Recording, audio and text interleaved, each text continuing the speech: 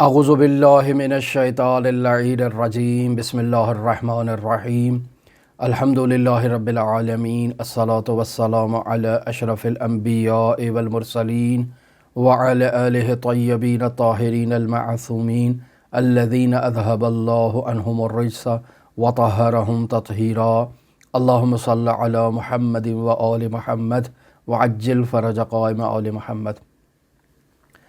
عزیزان محترم، مرحوم آیت اللہ سید علی ششتری کے حالات زندگی آپ کی خدمت میں بیان ہو رہے تھے، اور آج سے ہم سید علی ششتری کے خاص شاگردوں کا تذکرہ آپ کے ساتھ شروع کر رہے ہیں۔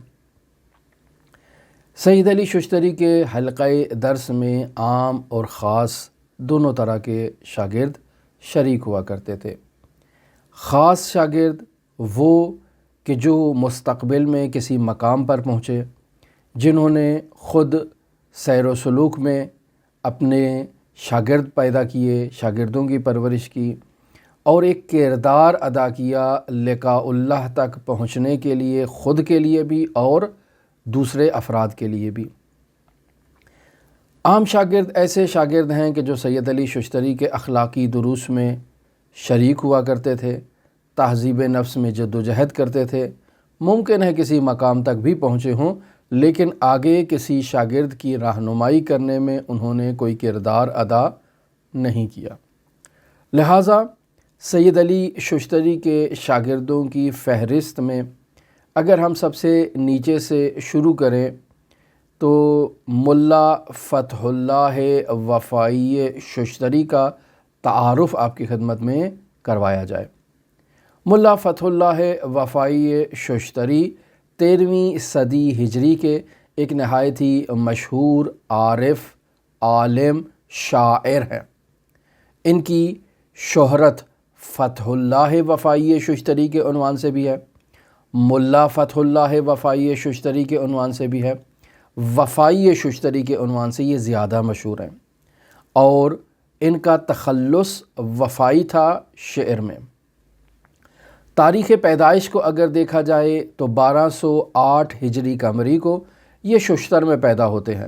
ان کے دادا کا نام ملا رحیم تھا، اور وفائی ششتری نے اپنی زندگی میں 3 بادشاہوں کے دور کو درک کیا ہے: فتح علی شاہ قاجار، محمد علی شاہ قاجار اور ناصر الدین شاہ قاجار۔ یہ وہ 3 بادشاہ تھے کہ جو وفائی ششتری کی زندگی میں ایران میں حکم فرما تھے۔ وفائی ششتری کے انتقال کی تاریخ 1303 ہجری قمری ہے۔ ان کا انتقال نجف اشرف عراق میں ہوتا ہے، اور وہیں ان کو دفن کر دیا جاتا ہے۔ وفائی ششتری کی حالات زندگی میں کوئی خاص ایسے مطالب موجود نہیں ہیں کہ جنہیں جستجو کیا جائے، تلاش کیا جائے، مقالات اور آرٹیکلز دیکھے جائیں کہ کیا ان کے حالات زندگی تھے۔ نہایت مختصر مطالب ہیں، اس وجہ سے ہم نے وفائی ششتری کا تعارف سب سے پہلے آپ کی خدمت میں شروع کروایا ہے۔ وفائی ششتری سید علی ششتری کے مریدان میں شامل ہوتے تھے، اور سید علی ششتری نے انہیں باقاعدہ اجازہ ذکر دے رکھا تھا، اور وفائی ششتری سید علی ششتری کے محرم اسرار تھے۔ سوال یہ پیدا ہوتا ہے کہ وفائی ششتری سید علی ششتری کے مریدوں کی فہرست میں کیسے شامل ہوئے؟ وفائی ششتری چونکہ ان کی ولادت ششتر اور ایران میں ہوتی ہے، اور ابتدائی تعلیم بھی ششتر میں حاصل کرتے ہیں، تہذیب نفس میں انہیں ترقی کرنے کا شوق ہوتا ہے، جذبہ ابھرتا ہے، اور 1 سال کے لیے خراسان رضوی میں مشہد الرضا علی ابن موسی الرضا علیہ آلاف و تحیت و ثنا کی نورانی بارگاہ میں تشریف لاتے ہیں۔ حضرت امام رضا کی قبر اطہر کے ساتھ گنبد کے نیچے بیٹھ کر 1 سال یہ ریاضت کرتے ہیں، وظائف انجام دیتے ہیں، اور بہت تقاضا کرتے ہیں، بہت دعا کرتے ہیں امام رضا کی بارگاہ میں کہ امام رضا انہیں ایک استاد فراہم کرے جو ان کی تہذیب نفس میں ان کی مدد کرے۔ 1 سال بعد وفائی ششتری کو یہ خبر دی جاتی ہے کہ ان کا مراد نجف اشرف میں ہے، لہٰذا وہ خراسان سے ہجرت کریں اور نجف اشرف میں جائیں، وہاں انہیں امام رضا کی دعا کا نتیجہ اور عنایت کا نتیجہ نجف اشرف میں ملے گا۔ لہٰذا وفائی ششتری خراسان سے نجف اشرف کی جانب سفر کرتے ہیں، اور جب نجف پہنچتے ہیں تو ان دنوں نجف اشرف میں ایک درویش آیا ہوتا ہے کہ جو وہاں باقاعدہ اپنا ایک حلقہ احباب جمع کرتا ہے، صاحب کشف و کرامت ہوتا ہے، گھر خریدتا ہے، اور اس گھر کے اطراف میں تمام لوگ اس کے عقیدت مند اور مریدان آ جاتے ہیں، اور اس طرح سے پوری گلی اس درویش کے چاہنے والوں کی ہوتی ہے، اور اس گلی کو کوچائے درویش کے عنوان سے معروف کر دیا جاتا ہے۔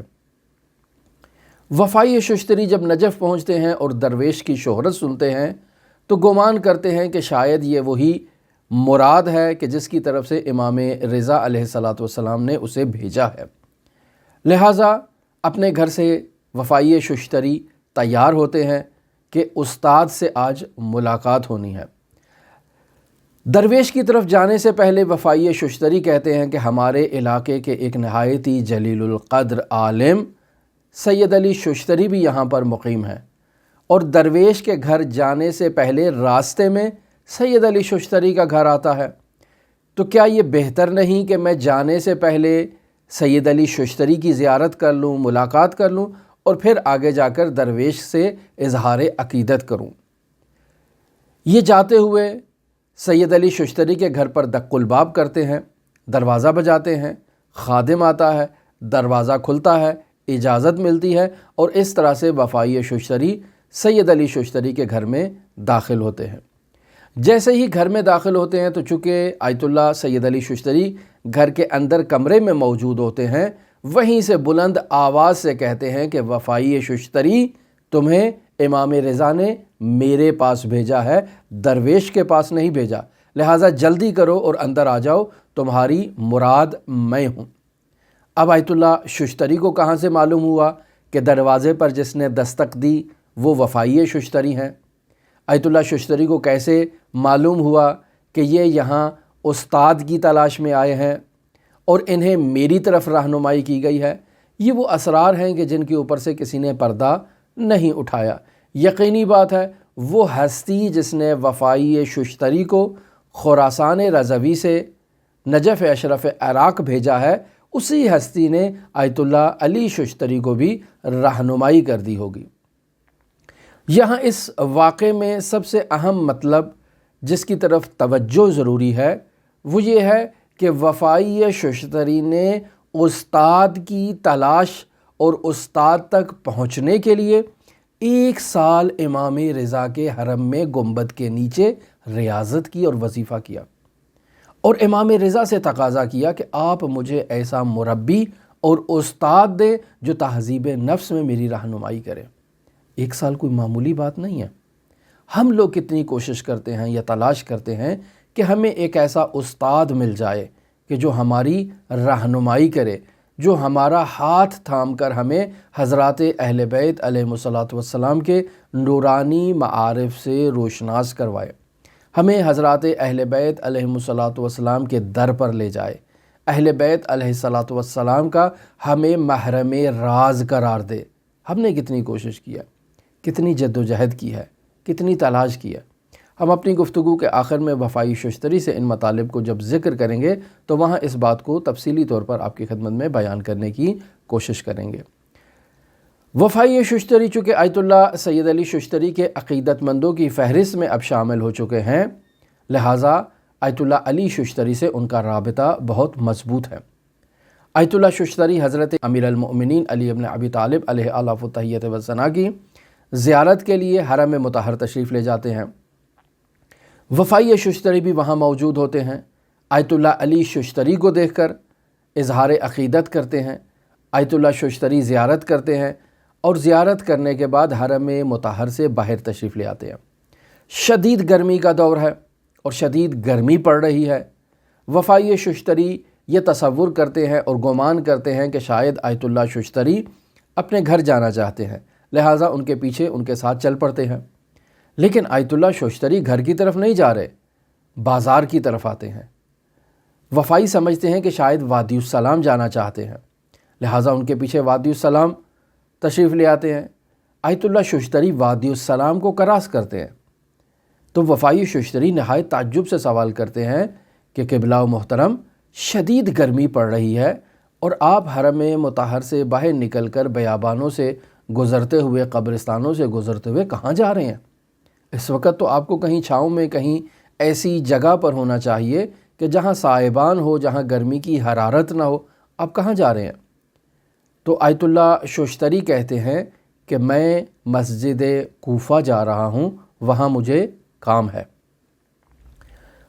وفائی ششتری آیت اللہ ششتری سے کہتے ہیں کہ اس قدر شدید گرمی اور مسجد کوفہ، آپ وہاں کیا کرنے جا رہے ہیں؟ کیوں جا رہے ہیں اتنی گرمی میں؟ آپ اگر مسجد کوفہ جانا ہی چاہتے ہیں تو عصر کے ٹائم چلے جائیں، تھوڑا سورج ڈھل جائے گا، موسم کی شدت جو گرمی کی ہے اس میں کمی آ جائے گی، اور ایسے میں مسجد کوفہ جانا مناسب ہے۔ یہ تمام صحرا عبور کرتے ہوئے آپ نجف سے کوفہ کیسے پہنچیں گے؟ تو آیت اللہ ششتری وفائی ششتری کی طرف دیکھتے ہیں اور ان سے یہ جملہ کہتے ہیں کہ اگر میں چاہوں تو ایسے بھی سفر کر سکتا ہوں۔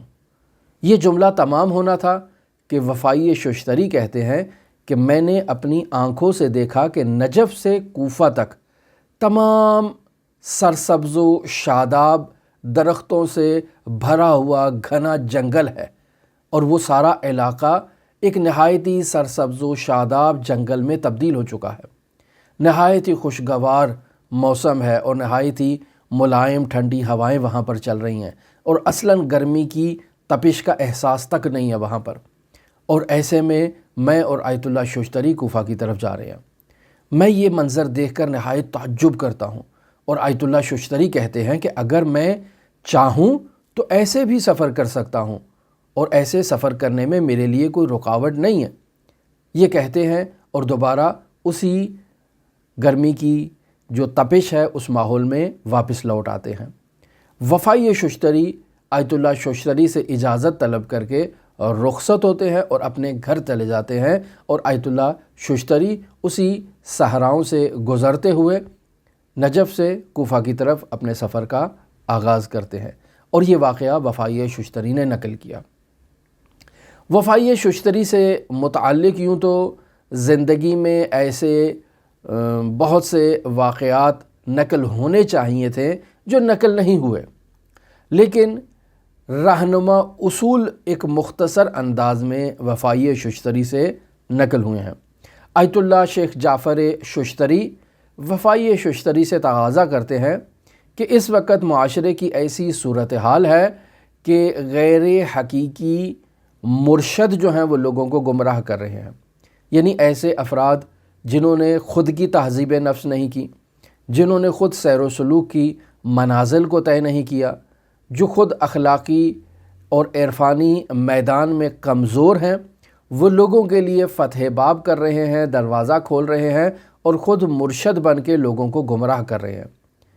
تو آپ تو سید علی ششتری کے شاگرد ہیں، کیوں نہیں آپ قلم اٹھاتے اور ایسے سادہ لوح افراد کے لیے کیوں آپ رہنما اصول مرتب نہیں کرتے تاکہ یہ لوگ گمراہ نہ ہوں، اور ایسے کاذب افراد انہیں اپنے ڈھونگ میں اور اپنی جو چال ہے اس میں پھنسا نہ لیں، تو آپ ان کے لیے رہنما اصول مرتب کریں۔ تو وفائی ششتری قلم اٹھاتے ہیں اور باقاعدہ رسالہ شہاب ثاقب میں اپنے استاد آیت اللہ سید علی ششتری کے بارے میں یوں رقم تراز ہوتے ہیں، فرماتے ہیں کہ میں نے سید علی ششتری جیسا پاک و پاکیزہ طیب و طاہر انسان اپنی زندگی میں نہیں دیکھا، جن کی سیر و سلوک میں کسی قسم کا کوئی خطرہ نہیں تھا، چونکہ وہ اللہ کے فرمان بردار عبد خالص تھے۔ اگرچہ انہوں نے اپنی زندگی میں جو سیر و سلوک کی وہ ریاضات پر مشتمل تھی، لیکن وہ حق متعال تک ایک حقیقی مرشد یعنی ملائے جولا کے ذریعے سے پہنچے تھے۔ کسی ڈھونگی فرد نے انہیں گمراہ نہیں کیا تھا، اور ان کے اسرار اور رازوں سے کوئی باخبر نہیں ہے کہ ملا جولا کون تھے، ملا جولا نے انہیں کیا وظائف دیے، اور ان وظائف پر عمل کرنے کے نتیجے میں وہ کن بلند مقامات تک پہنچے۔ یہ وہ اسرار ہیں کہ جن سے ہر کوئی باخبر نہیں ہے۔ اور ان کے علاوہ یعنی آیت اللہ شوشتری کے علاوہ میں نے جن افراد کے بارے میں بھی سنا، ان کو دیکھا، ان کو پرکھا، ان میں سے اکثر افراد فاسد اور ضائع ہو چکے ہیں۔ اور اس راستے میں یعنی راستہ سلوک اللہ میں مرشد کامل کا ہونا ضروری ہے۔ مرشد کامل کے ہمراہی کے بغیر اور ان کی اجازت کے بغیر اس سفر سلوکی کو طے کرنا محال ہے۔ اور یہ مطلب کہ اس سفر سلوک میں مرشد کا ہونا ضروری ہے، یہ مطلب بدیہیات میں سے ہے، واضحات میں سے ہے۔ کیوں بدیہیات و واضحات میں سے ہے؟ چونکہ یہ سفر استاد کامل کے بغیر مکمل ہو ہی نہیں سکتا، چونکہ یہ ایک معنوی سفر ہے، اور اس معنوی سفر میں ایک ایسے راہبر کا ہونا ضروری ہے جو خود معنوی سفر طے کر چکا ہو اور کمال کی منزل پر پہنچ چکا ہو۔ والسلام۔ یہ وہ رہنما اصول ہیں جنہیں وفائی شوشتری نے آئندہ نسلوں کے لیے تحریر کیا۔ وفائی شوشتری کے حالات زندگی میں جو کچھ ہمیں ملا ہم نے آپ کی خدمت میں بیان کر دیا، لیکن یہ جو رہنما اصول وفائی شوشتری نے بیان کیے، ان کے بارے میں آپ کی خدمت میں عرض کرتا چلوں کہ اکثر لوگ جو ہماری گفتگو کو سنتے ہیں وہ ہم سے رہنمائی کا تقاضا کرتے ہیں، ذکر کا تقاضا کرتے ہیں، اور ہم بارہا اس مطلب کی طرف اشارہ کر چکے کہ ہم بزرگ علماء کے حالات زندگی بیان کر رہے ہیں، ہم کسی کی رہنمائی کی صلاحیت نہیں رکھتے اور نہ ہی کسی کو ذکر دیں گے۔ البتہ سیر و سلوک کی اس وادی میں یہ جو عرفان فقاہتی شیعی کا ہم آپ کی خدمت میں تعارف کروا رہے ہیں، اس میں کچھ ایسے وظائف ہم آپ کی خدمت میں فقہائے شیعہ سے نقل کر چکے ہیں جن پر عمل کرنے کے لیے کسی استاد کی ضرورت نہیں ہے۔ یہ وہ بنیادی چیزیں ہیں کہ جن پر عمل کرنا آپ پر واجب ہے اور مجھ پر بھی واجب ہے، اور ان امور میں سے پہلا امر قرآن مجید کے ساتھ انس اختیار کرنا ہے، قرآن مجید سے مانوس ہوں۔ قرآن مجید معصوم کا عدل ہے۔ انی طارق فیکم الثقلین کتاب اللہ و اطرتی اہل بیتی۔ اور ہم یہ نقل کر چکے مرحوم آیت اللہ بہجہ سے کہ لوگ کہتے ہیں کہ امام زمان کی زیارت کرنی ہے، امام زمان کی زیارت کے لیے دعا بتائیں، وظیفہ بتائیں کہ ہم امام زمان کی زیارت کر سکیں۔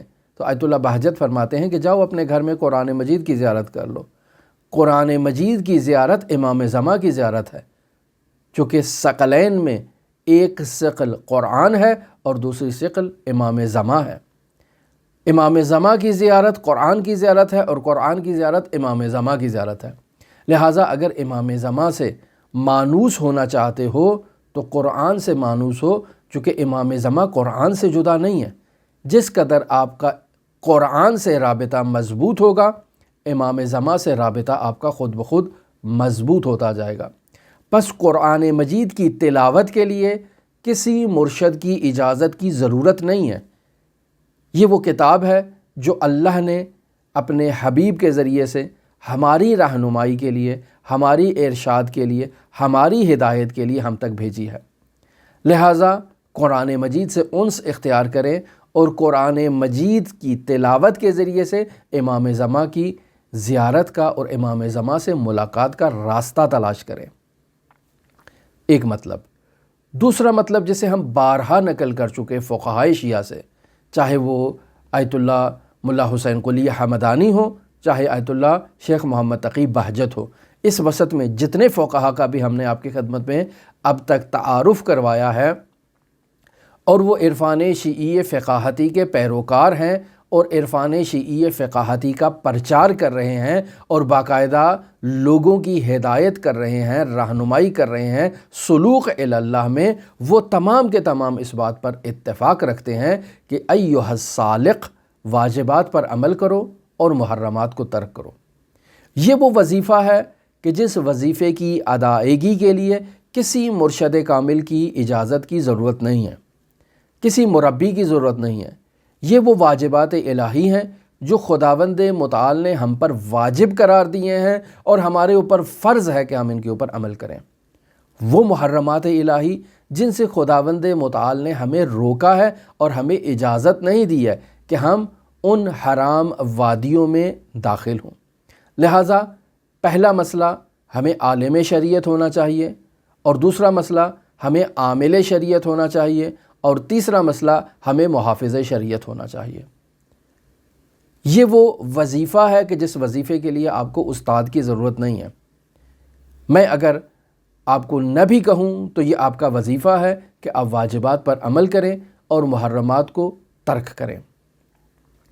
یہ دوسرا وظیفہ ہے کہ جس وظیفے کے ذریعے سے آپ سلوک اللہ تک پہنچ سکتے ہیں، اور یہ وہ بنیادی چیزیں ہیں کہ اگر کوئی سالک ان پر عمل نہیں کرتا تو وہ کبھی بھی زندگی میں سیر و سلوک کی مراحل طے نہیں کر سکتا ہے۔ تیسری چیز جسے فقہائے شیعہ بیان کرتے ہیں وہ نماز تہجد ہے۔ ہم نقل کر چکے مرحوم سید علی قاضی طباطبائی سے کہ اگر آپ کو دنیا چاہیے تو نماز شب پڑھیں، اگر آپ کو آخرت چاہیے اور سیر و سلوک کی بلند چوٹیاں چاہیے تب بھی نماز تہجد پڑھیں۔ پس نماز تہجد یعنی صلاۃ اللیل، نماز تہجد یعنی شب بیداری کرنا اور رات کے آخری پہر صبح کی اذان سے پہلے 11 رکعت نماز ادا کرنا، یہ وہ نماز تہجد ہے جو انسان کے سلوکی سفر میں بنیادی حیثیت رکھتی ہے۔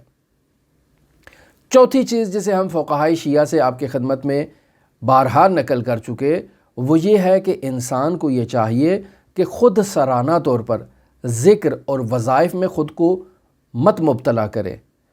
اکثر لوگ رابطہ کرتے ہیں کہ ہم یہ پڑھتے ہیں، یہ پڑھتے ہیں، یہ پڑھتے ہیں، یہ پڑھتے ہیں، اور اس قدر پڑھتے ہیں کہ آج تک کسی نتیجے پر بھی نہیں پہنچے ہیں۔ عزیزان محترم، اس قدر ذکر کرنا، اس قدر وظائف کرنا، اس قدر ریاضتیں کرنا، خود کو مشقت میں مبتلا کرنا، خود کو خستہ کر دینا، اس کی کوئی ضرورت نہیں ہے۔ آپ کو کسی مربی نے، کسی استاد نے ذکر تو نہیں دیا، کیوں خود کو خستہ کر رہے ہیں؟ اس قدر دعائیں پڑھ کے، اس قدر ذکر پڑھ کے، اس قدر وظائف کر کے خود کو خستگی میں مبتلا نہیں کریں۔ ذکر صلوات بہترین ذکر ہے، ذکر استغفار بہترین ذکر ہے۔ وہ 3 وظیفے جو عمومی آپ کی خدمت میں بیان کیے، یعنی قرآن سے انس اختیار کریں، واجبات پر عمل کریں، محرمات کو ترک کریں، نماز تہجد پڑھیں۔ اگر اس کے بعد آپ کو ذکر کی ضرورت ہے تو ذکر صلوات اور ذکر استغفار اس کو اپنی زندگی کا دستور قرار دے دیں۔ پھر یہاں لوگ ہم سے سوال کرتے ہیں کہ کتنی مقدار میں پڑھیں؟ یہ ذکر آزاد ہے، یہاں کوئی حد معین نہیں کی جا رہی ہے کہ آپ نے 100 دفعہ پڑھنا ہے، 1000 دفعہ پڑھنا ہے۔ دن بھر میں جب بھی آپ کو فرصت ملتی ہے خلوص دل کے ساتھ استغفار کریں، خلوص دل کے ساتھ ذکر صلوات پڑھیں۔ یہ وہ وظائف ہیں کہ جن کے لیے آپ کو استاد کی ضرورت نہیں ہے۔ اب جب آپ پہلے 3 وظائف پر عمل کر چکے، قرآن مجید سے مانوس ہو چکے، واجبات پر عمل کر چکے، محرمات کو ترک کر چکے، نماز تہجد پڑھ چکے، تو اب مرحوم آیت اللہ بہجت فرماتے ہیں کہ اگر ان 3 وظائف کے نتیجے میں آپ نے خود کے اندر لیاقت پیدا کر لی، یعنی واجبات پر عمل کر کے اور محرمات کو ترک کر کے آپ نے اپنے وجود کو نورانی کر لیا، تو جان لیں اب اگر آپ نے لیاقت پیدا کر لی تو آگے کے مراحل کے لیے خود خداوند متعال پر لازم ہے کہ وہ آپ کے لیے استاد اور مربی کا انتظام کرے، اور خود خداوند متعال آپ کے لیے استاد فراہم کرے گا۔ اور آیت اللہ بہجت کے یہ الفاظ ہم نقل کر چکے آپ کی خدمت میں کہ اگر دنیا میں کوئی بھی نہ ہو تو یہ دروازیں اور دیواریں آپ کے لیے استاد کا کردار ادا کریں گی اور آپ کی رہنمائی کریں گی۔ لہٰذا آیت اللہ بہجت سے یہ نقل کر چکے کہ گر در خانے کس ہست یک حرف بس است، کہ آپ جو بارہا بارہا بارہا استاد کا تقاضا کرتے ہیں، ذکر کا تقاضا کرتے ہیں، مربی کا تقاضا کرتے ہیں، اپنی زندگی میں ان 3 امور کو مد نظر رکھیں۔ کیا آپ قرآن سے مانوس ہو چکے ہیں؟ کیا آپ واجبات پر عمل کر کے اور محرمات کو ترک کر کے اپنے اندر نورانیت پیدا کر چکے ہیں؟ کیا نماز تہجد نے آپ کو ملکوت سے متصل کر دیا ہے؟ اگر آپ ان 3 عملوں کو درست انجام دیں تو یقین رکھیں خداوند متعال آپ کے لیے مربی کا انتظام کرے گا۔ یہ ایک جملہ آپ کے لیے کافی ہے کہ آپ نے اپنے وظیفے پر عمل کرنا ہے۔ اگر آپ اپنے وظیفے پر عمل کریں گے تو ملکوت اعلیٰ کی سیر کروانا خود خداوند متعال کی ذمہ داری ہے۔ لہذا فرماتے ہیں کہ اگر درخانے کا ہست، اگر گھر میں کوئی شخص ہے تو ایک جملہ کہہ دینا اس کی ہدایت کے لیے اور اسے کمال تک پہنچانے کے لیے کافی ہے، وگرنہ آپ تمام زندگی بیٹھ کر بھی فقہا کے دروس سنتے رہیں، ہماری گفتگو سنتے رہیں، فقہا کے حالات زندگی سنتے رہیں، سیر و سلوک کی وادیوں کا اشتیاق رکھتے ہوں، آپ کے لیے کوئی فائدہ نہیں ہے۔ اگر اندر سے انسان خالی ہے تو باہر سے جتنی بھی دستک دیتی جائے انسان بیدار نہیں ہوگا۔ لہٰذا وہ مشہور جملہ کہ انسان کو بیدار تو ہو لینے دو، ہر قوم پکارے گی ہمارے ہیں حسین۔ انسان بیدار تو ہو اندر سے، اور اگر انسان اندر سے بیدار ہو جائے تو خود بخود وہ ایک ایسے سفر کرنا شروع کر دے گا، ایک ایسی راہ پر چلنا شروع کر دے گا جو اسے کمال تک لے جائے گی، اور خود انسان کا باطن اس کے لیے مربی کا کردار ادا کرے گا۔ پس 3 وظائف جن کے لیے استاد کی ضرورت نہیں ہے، بارہا انہیں عرض کر چکے، قرآن مجید سے مانوس ہوں، واجبات پر عمل کریں، محرمات کو ترک کریں، نماز تہجد کی پابندی کریں۔ دنیا چاہیے تو آپ کو ملے گی، آخرت چاہیے تو آپ کو ملے گی۔ خود سرانہ طور پر ذکر اور فکر اور بحث و ان چیزوں سے خود کو خستہ نہ کریں۔ ذکر صلوات بہترین ذکر ہے، ذکر استغفار بہترین ذکر ہے۔ ہم پہلے جو 2 مورد بیان ہوئے یعنی قرآن سے انس، اس میں ہم غفلت کھا جاتے ہیں، واجبات پر عمل اور محرمات کو ترک میں ہم غفلت کھا جاتے ہیں، یعنی ہماری نماز نہیں ہوتی ہے۔ ہم نماز تو پڑھ رہے ہیں لیکن نماز میں کہاں گھوم رہے ہیں، تو ہماری نماز نہیں ہے۔ ہم حرام کو اپنے وجود سے ابھی تک خالی نہیں کر چکے، لغویات، بیہودہ گفتگو، غیبت، نامحرم اور پتہ نہیں کیا کچھ ہماری زندگی میں موجود ہے، اور ہم چاہتے ہیں کہ سیر و سلوک کا سفر کریں۔ یہ محالات میں سے ہے۔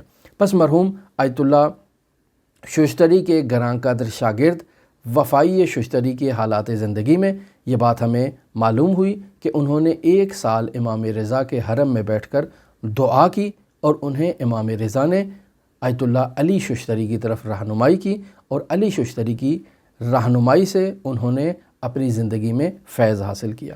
یوں تو وفائی ششتری کے حالات زندگی بہت ہی مختصر ہیں، اور کوئی ان کے حالات زندگی میں ایسا خاص مطلب بیان نہیں ہوا، لیکن جو ان کی طرف سے رہنما اصول ہم نے آپ کی خدمت میں بیان کیے، یہ خود اس بات کی دلیل ہے کہ انسان اگر لقاء اللہ تک پہنچنا چاہتا ہے تو راستہ یہی ہے۔ ہماری دعا ہے کہ خداوند متعال ہماری رہنمائی کرے، ہماری دستگیری کرے۔ آپ تمام عزیزان کے لیے امام علی ابن موسیٰ رضا کی نورانی بارگاہ میں نائب الزیارہ بھی ہوں اور دعا گو بھی ہوں۔ اللہم صلی علی محمد و آل محمد وعجل فرج قائم آل محمد۔